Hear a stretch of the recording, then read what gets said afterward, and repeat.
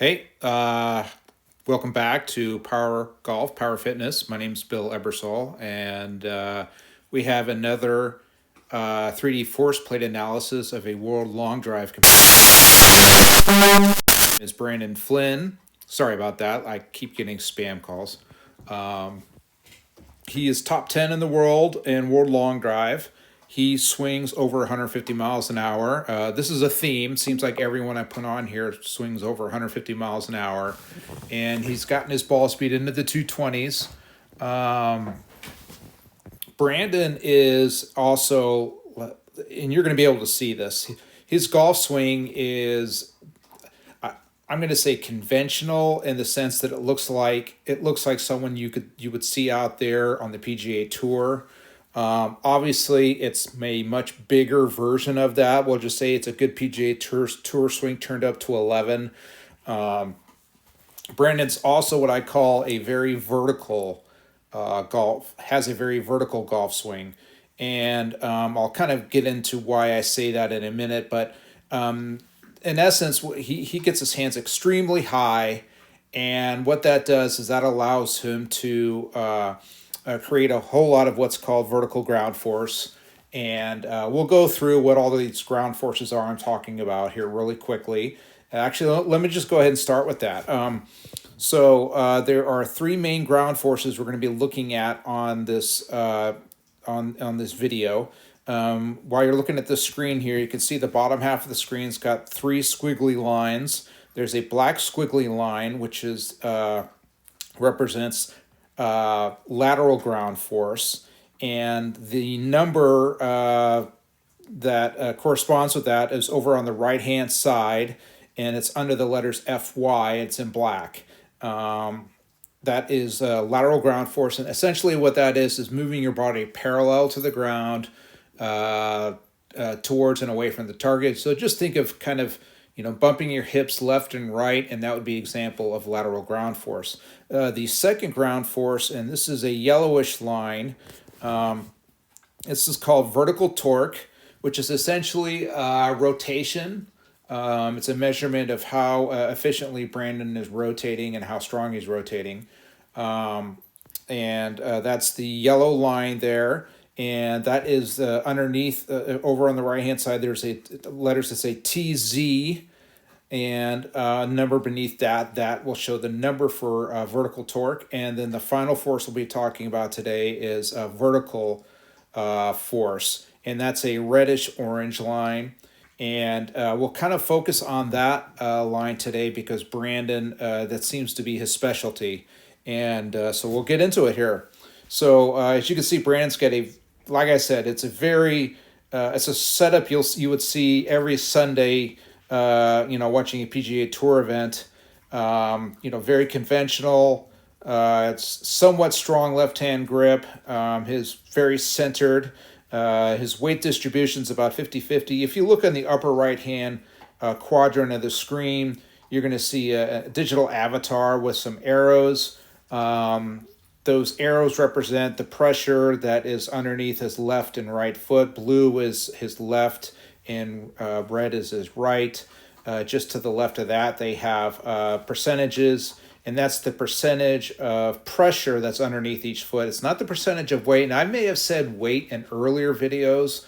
It's actually pressure, not weight. And the centered line that you see there that's yellow, what that is that the representation of the torque that we talked about before, but that is also that line will kind of move back and forth, and that is the center of pressure between the 2 feet there, and we'll get into that a little bit later as well. And then of course in the upper left hand corner you'll see Brandon himself.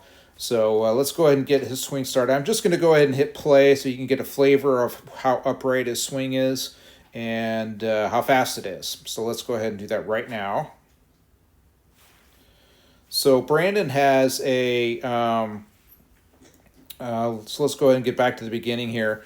Brandon has a little trigger move, and what he does is he picks up his right foot and he kind of repositions it, and it's a trigger move. You'll see that particular trigger move a lot on the World Long Drive Tour.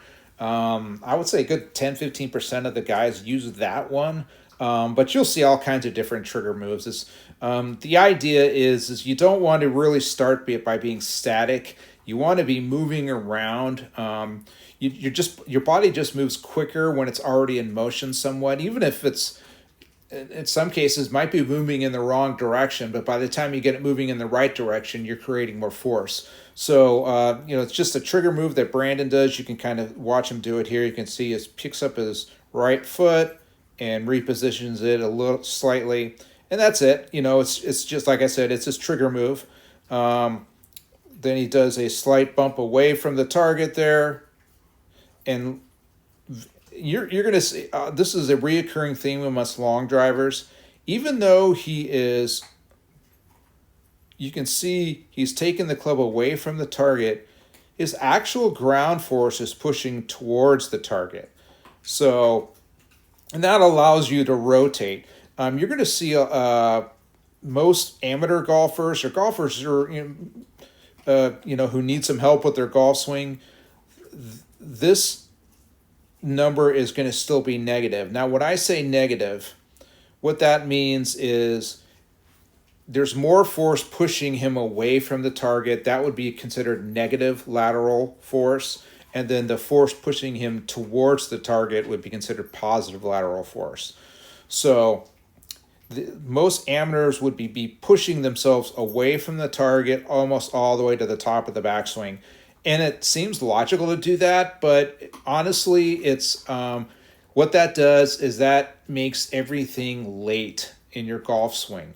You've got too much of your body parked over on that right hand side, and you only have a quarter of a second to get from that point down to the ball, and to reorganize your body to efficiently move when everything's parked on that right hand side is it's hard to do.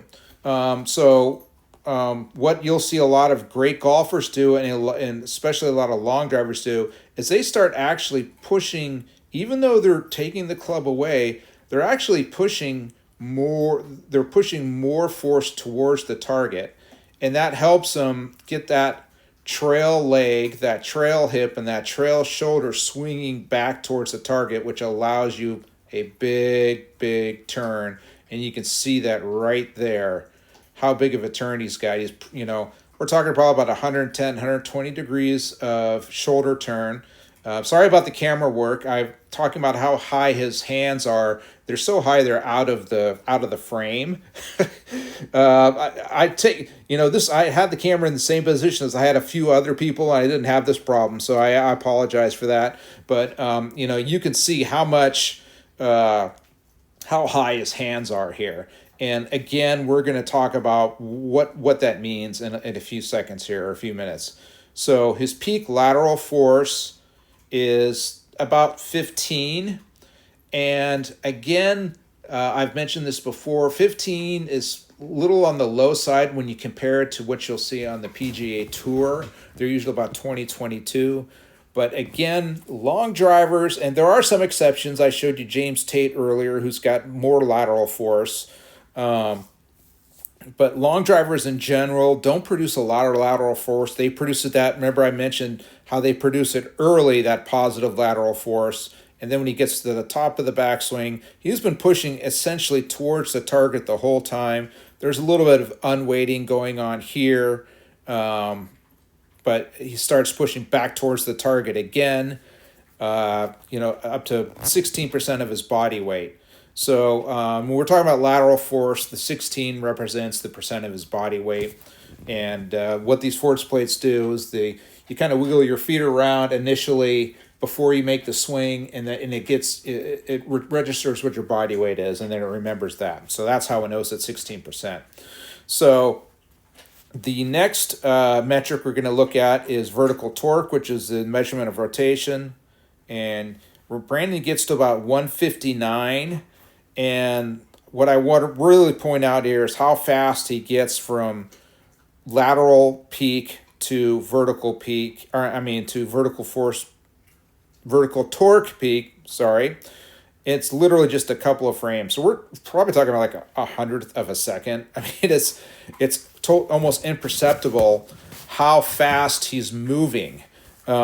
He's basically really trying to torque quickly here, and his torque number is 159.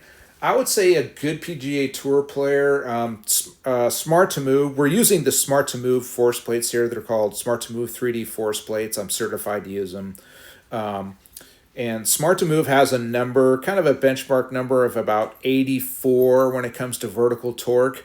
That would be that's a good number to hit, and that's what you'll see a lot of PGA Tour players hit, maybe 85, 86. Obviously, there's ones who were probably a little bit lower than that. There's ones who were probably a lot higher.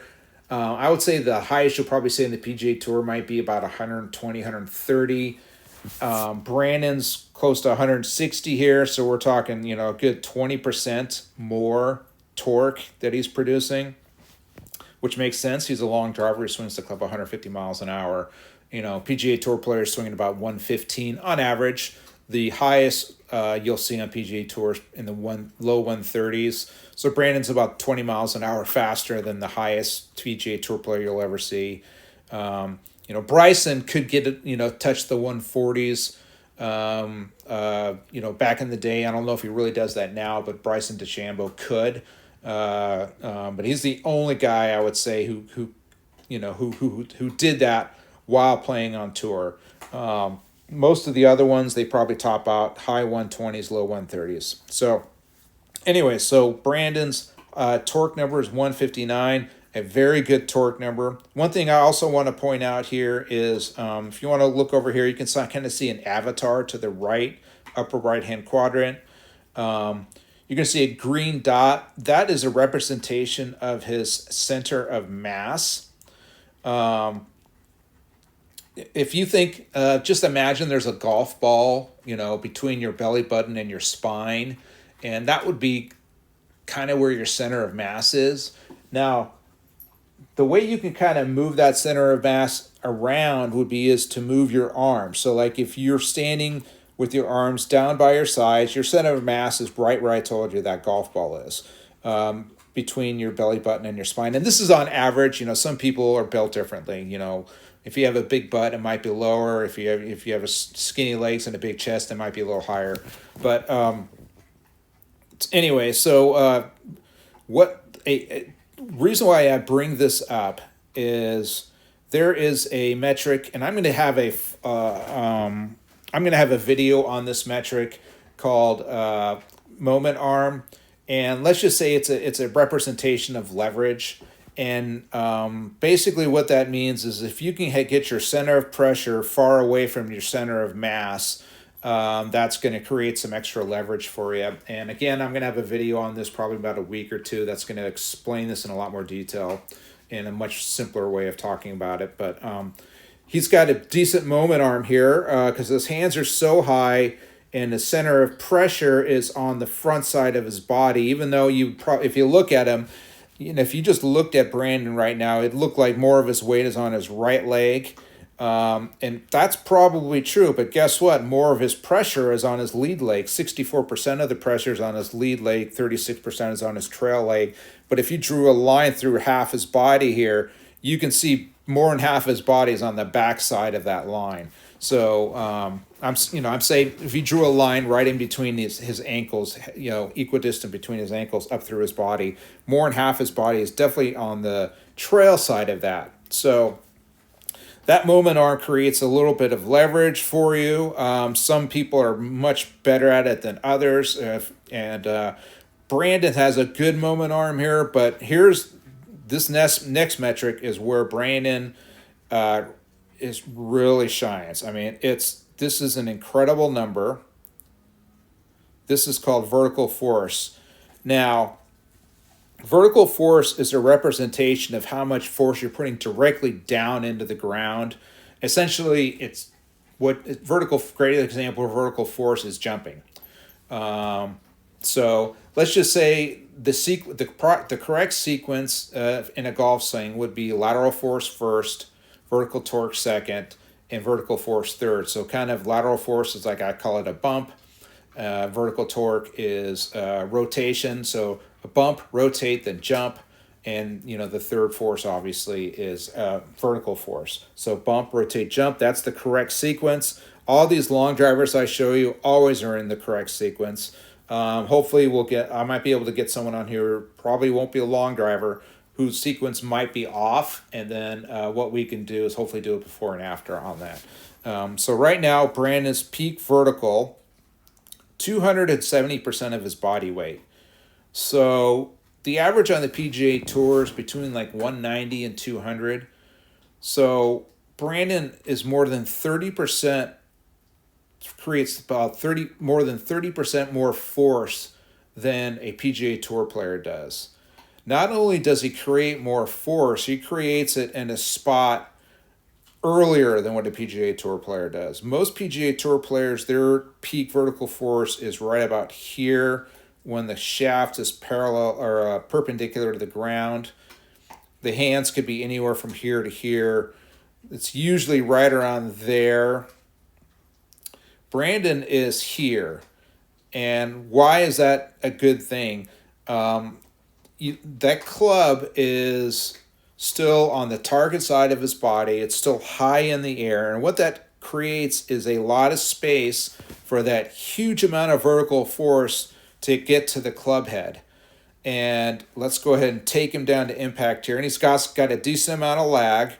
Like, since he's got more of a vertical swing, even though you could see he's got more than 90 degrees of lag there, someone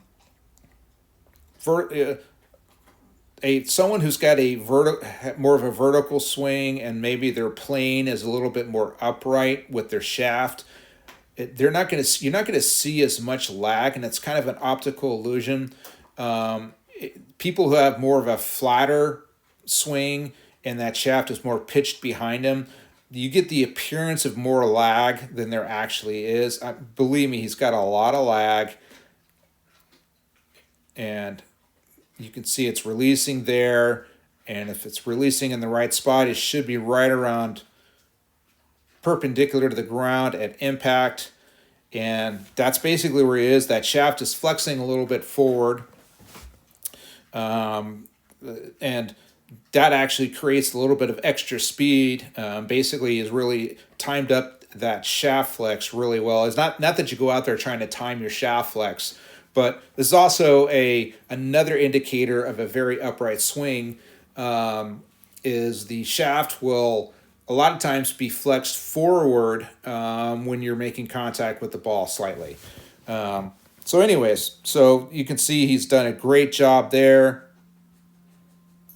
He goes from more than 90 degrees of lag to basically zero, right about there, in about a couple hundredths of a second, which is also a big power producer. You're going to see a lot of amateur players when they're making contact with the ball, the shaft more looks like that. Just imagine the ball still being on the club and the shaft being pitched forward like that. So, anyways, that for a driver, you basically want that shaft perpendicular to the ground. You can have a few degrees in one direction or the other, but perpendicular to the ground is a nice little benchmark to shoot for with that. So, like I said, 270. That's the highest I've measured on vertical force. I know there's some. I think Justin James has been measured at like 300% or something like that. Actually, no, I'm sorry. I've had one other person I've measured at 280, but his 280 was down here, which gives him, is okay. But Brandon's is here, so Brandon's 270 was a much more efficient way of doing it than this other person's 280, and we'll get his thing up here. And that other guy who hit 280, he swings in the 130 miles an hour plus, sometimes 140. Brandon's in the 150. So you can see where even though someone may be producing more force, a big reason that you can create speed is to produce force early. And Brandon does a great job of that here. So here we go. We'll take him back through the swing. This is, like I've mentioned this before, you're going to see that left foot fly up in the air and land left. This is very common amongst long drivers. One, it's a self-preservation thing. It's to kind of keep that knee nice and flexible and usable. Another thing about it is it's a representation of that force that he applied earlier. He was putting so much vertical force into the ground that he leaves his feet. And I'm going to point out one last thing about his vertical force number. He's about 60-40 lead leg to trail leg as far as the force putting in the ground. One thing I've noticed about people who have the higher vertical force is pretty much every long driver has more on their lead leg when they're hit at this point, more. But the people who hit the highest are probably like 60-40. The ones who are like 70-30 lead leg to trail leg, they have that thing called, they have more of that thing like I mentioned before called moment arm. And again, I'll have a video on that probably soon. But, you know, if you have a very upright swing, don't be afraid to use that back leg as well as the front leg to launch yourself up in the air. It's a great way to take advantage of the fact that your hands are really high and basically you're going up and then you're going down so you can go back up again, and go ahead and use both those legs. I ran into the problem myself is like I wanted to have that flying left foot, and I really just kind of shut down the use of my trail leg, and I lost a lot of speed doing that. And then when I brought that back in, you know, I still had the flying left foot, and then I actually started using the trail leg again. I gained about 5 to 7 miles per hour in my own swing. So don't be afraid to use that trail leg. Try to make sure there's a little bit more pressure on the lead leg, you know, as you're going through the downswing. You really want to feel like there's more pressure on the lead leg all the way through until obviously that lead leg flies up in the air and goes left. And try that. Go ahead and try to hit a shot while that front foot is in the air, and get that front foot in the air by launching it, not by just leaning back. Actually jump and put pressure into the ground, get that front foot in the air, and try to get that front foot in the air before you hit the ball. Most likely it's going to increase your club head speed, and it's probably not going to decrease your accuracy. It's actually, it might even increase it because you're just going to be using the kinetic sequence a lot better if you do that. So anyways, that's Brandon Flynn. Super nice guy. Probably one of the funniest dudes on the World Long Drive Tour. Just a really dry sense of humor.